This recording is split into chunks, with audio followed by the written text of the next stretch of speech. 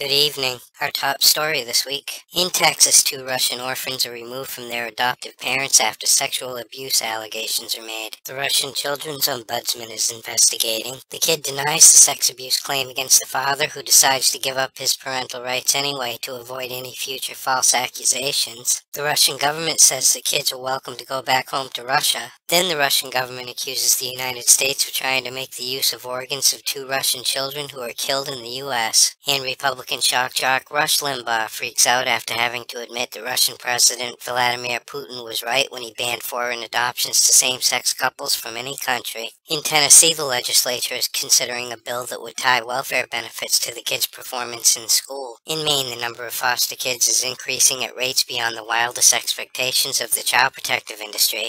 Maine's Governor Paul LePage has it out with the Passamaquoddy Indian tribe over the tribe's right to issue licenses for overfishing, and even threatens to withdraw support for a Truth and Reconciliation Commission that was exploring how the state's child protective industry snatched Indian children from their parents to be raised in white families. And then LePage actually does withdraw support for the Truth and Reconciliation Commission because Maine's Secretary of State was one of the commissioners on said commission, even though there is no legal or realistic conflict of interest or reason why he can't be a part of it. A new report finds that 11% of kids are now being diagnosed with ADHD. With Medicaid eligibility, drug company marketing, and teachers who are looking for easier ways to control the classroom being the main culprits behind the 53% increase over the last decade. In Indiana, the legislature backs a bill that would create a new state commission to focus on children's issues and provide oversight to the state's troubled child welfare agency. In Indiana, CPS rats are going wild as reports of child abuse are up 15% over the last 2 years without a rise in the number of substantiated cases of abuse or neglect. In Oklahoma, a federal judge rules that a state must pay the New York advocacy group Children's Rights $6 million for its work on a lawsuit that caused DHS to reform its child welfare practices. And an Oklahoma review committee puts forth 37 new recommendations on dealing with child deaths within the state's child welfare system. In Virginia, a new law would declare a parent's rights fundamental in making decisions concerning the upbringing, education, and care of their children.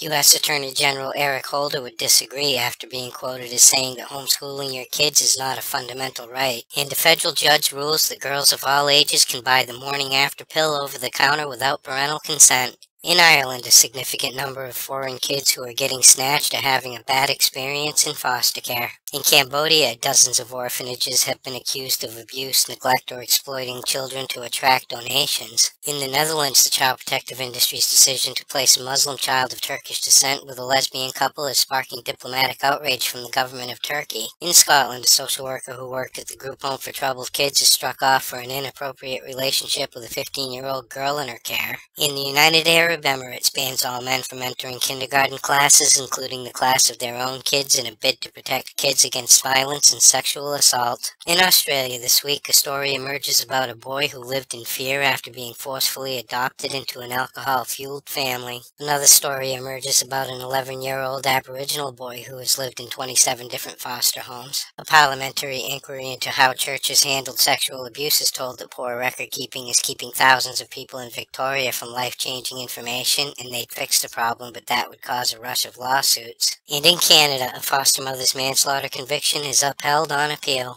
In England, they're packing social workers in with new bunk bed-style desks so that they don't have to create more office space to accommodate the CPS agents who are dealing with the surge of stolen children. A British mother who dared to raise concerns about how her kid was being cared for at a hospital is ratted out to the child protective industry.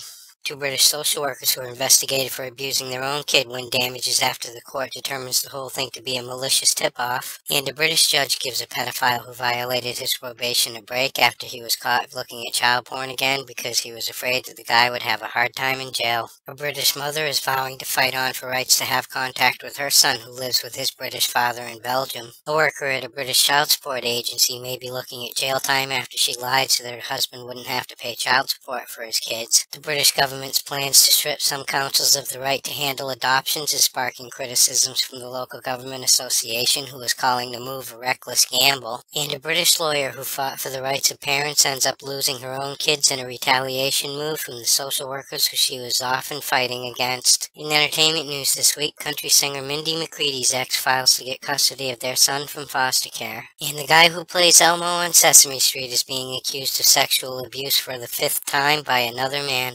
In Connecticut, a gay couple pleads to lesser charges after molesting their adopted kids and avoids prison time. In Minnesota, a family loses their bid to sue the child protective industry after their kid was wrongfully removed due to an accidental injury that was misinterpreted as child abuse. In New York, a mother is saying that her kids are terrified of the police after they pepper sprayed all three of her kids, including a 2-year-old and a 5-month-old baby. And in Massachusetts, the child protective industry drops the case against the father of a young rap star known as Lil Poopy, who is in trouble for spanking a woman's booty in a YouTube video. In Colorado, adoptive parents win a $6.75 million settlement after CPS agents gave them 3 kids without telling them what they were getting themselves into. An 11-year-old runs away from his Colorado foster home after getting into a fight with his foster mother. In Florida, the police are looking for 2 parents after the father tied up his mother-in-law and hightailed it with his kids. And now police think that they took off on a sailboat and are hiding somewhere in the Gulf of Mexico. In California, Fresno County lawyers are trying to get the court to throw out an $8.5 million